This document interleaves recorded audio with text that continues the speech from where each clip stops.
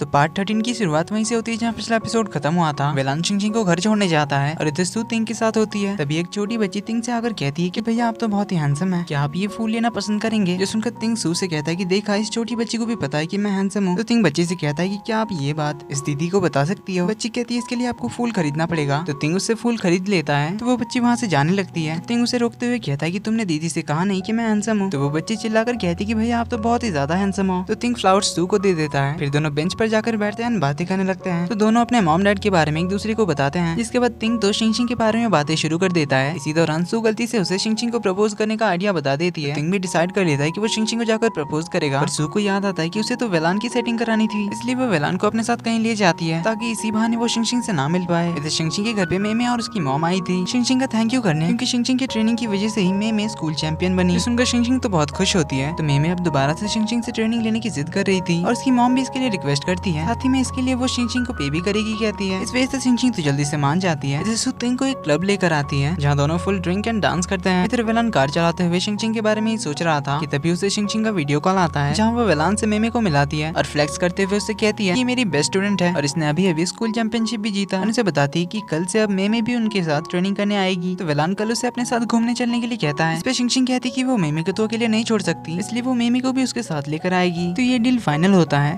तो वेलान बहुत ही एक्साइटमेंट के साथ अपने प्रैक्टिस मैच के लिए रेडी हो रहा था, जहाँ से जिम पहुंचकर वो आराम से बैठ जाता है। तो थोड़ी देर में शिंगशिंग मेमे के साथ पहुंच जाती है। तो वेलान सबसे पहले तो उस जिम बॉल को लात मारकर हटाता है। देन शिंगशिंग उससे कहती है कि आज तुम्हें मेमे के साथ प्रैक्टिस करना होगा। तो वेलान मेमे की हाइट मापता है, उससे कहता है कि ये तो बस मेरी कमर तक आती है, ऊपर से इतनी छोटी बच्चे पर मैं हाथ कैसे उठा सकता हूँ। तो शिंगशिंग कहती है छोटी है मगर इसे कम मत समझना, ये मेरी बेस्ट स्टूडेंट है। तो मेमे वेलान से कहती है कि अंकल आपको मुझसे डरने की जरूरत नहीं है, आपको ज्यादा नहीं मारूंगी। तो शुरू होता है वेलान वर्सेस मेमे का मैच। दोनों रेडी थी कि वेलान रुकने के लिए कहता है और शिंगशिंग से कहने लगता है कि यार मुझे बच्ची पे हाथ उठाना ठीक नहीं लग रहा है, इसे कहीं चोट भी तो आ सकती है। तो शिंगशिंग कहती है पहले तुम अपने बारे में सोचो, उसके बाद ही मेमे की फिक्र करना। वेलान कुछ कहने जाता है कि मेमे उससे कहती कि अंकल कहीं आपको डर तो नहीं लग रहा कि मैं आपको बहुत मार दूंगी। तो वेलान कहता है मुझे क्यों तुमसे डर लगेगा, मुझे तो बस तुम्हारी फिक्र थी। तो मेमे कहती है उसकी कोई जरूरत नहीं है, आ जाइए मैदान में। तो असली में इनका मैच शुरू होता है जहाँ हमारी मेमे तो छोटी पैकेट में बड़ा धमाका निकलती है और अपने टीचर की तरह ही वेलान की तो बैंड बजा देती है, कभी हाथों को मोड़कर तो कभी पैरों को मोड़ देती है। इससे वेलान तो अपने आप को काफी मेहनत से छुड़ाता है और सेकंड राउंड के लिए तैयार हो ही रहा होता है। शिंगशिंग उसे रोकते हुए कहती है कि अब उन्हें एक्सरसाइज करनी होगी, पर वेलान की तो ऑलरेडी बैंड बज चुकी थी। तो वो अपना फेस छुपाते हुए मेमे से कहता है आई मीन टू से रिक्वेस्ट करता है कि अपने टीचर से कहकर ये सब बंद करने के लिए कहो। पर मेमे तो शिंगशिंग को बता देती है कि अंकल एक्सरसाइज नहीं करना चाहते। सुनते वेलान तो एक्सरसाइज करने लग जाता है, पर इस चक्कर में वो इतना थक जाता है भाई से तो चला ही नहीं जाता, इवन अपने घुटनों पर बैठ जाता है। तो वेलान कैसे भी करके अपने आप को संभाल कर उठता है। वहीं तिंग पहुंच चुका था शिंगशिंग के घर उसके साथ लंच करने के लिए और आज तो वो उसे कन्फेशन भी करने वाला था, पर घर में तो कोई भी नहीं था, जिससे तिंग का ये चांस भी मिस हो जाता है। पर वो शिंगशिंग को मैसेज करके उसके घर आने के बारे में बताता है। तो शिंगशिंग इन दोनों से घर चलने के बारे में कहती है क्योंकि तिंग उसके घर आया हुआ है। पर मेमे कहती है अभी तो हम लोग घूमने जाने वाले थे और मुझे तो आइसक्रीम भी खानी थी। बट देन पूछती है कि क्या तिंग भैया बहुत ज्यादा हैंडसम है। शिंगशिंग कहती है हाँ बहुत ही हैंडसम है। तो मेमे कहती है ठीक है फिर चलते हैं घर। अब ये सुनते वेलान तो मेमे को गोद में उठा लेता है और मेमे को अच्छा अच्छा खाना खाने का, बहुत सारे गेम्स खेलने का और फुल मस्ती करने का लालच देकर रुकने के लिए मना लेता है ताकि उसे शिंगशिंग के साथ ज्यादा टाइम स्पेंड करने का मौका मिले। तो शिंगशिंग तिंग को मैसेज करके बता देती है कि वो वेलान और मेमे के साथ घूमने के लिए बाहर आई है। इससे हमारा भाई तो अपसेट हो जाता है, इसलिए वो सू को अपने साथ लंच करने के लिए बुलाता है। इधर ये तीनों तो फुल एंजॉय कर रहे थे। मेमे को उसका फेवरेट आइसक्रीम खिलाते हैं, उसका फेवरेट खाना खिलाते हैं, साथ ही में अपनी मस्ती कंटिन्यू करते हैं। इधर तिंग सू को अपनी वन साइडेड लव स्टोरी की दास्तान सुनाता है और उसे बताता है कि आज वो शिंगशिंग से अपनी फीलिंग्स कन्फेस करने जा रहा था, पर शिंगशिंग आज भी नहीं आ पाई क्योंकि वो वेलान के साथ है। साथ ही में वो उसे एक जगह की तस्वीर दिखाता है जहाँ आज वो शिंगशिंग को ले जाना चाहता था। एक फ्लैशबैक से पता चलता है कि शिंगशिंग को वो जगह बहुत पसंद थी, इसलिए तिंग शिंगशिंग के 18th बर्थडे पे उसी जगह अपनी फीलिंग्स कन्फेस करने का डिसाइड किया था। पर उस दिन भी शिंगशिंग वहाँ नहीं आई थी। Coming back to the present, तिंग तो उसे प्रपोज करने के लिए रिंग भी लेकर आया था। तो सू पूछती है अगर उसने तुम्हें रिजेक्ट कर दिया तो? तिंग कहता है पहला प्यार है, थोड़ा दर्द तो जरूर होगा, उसे भूलना भी मुश्किल होगा,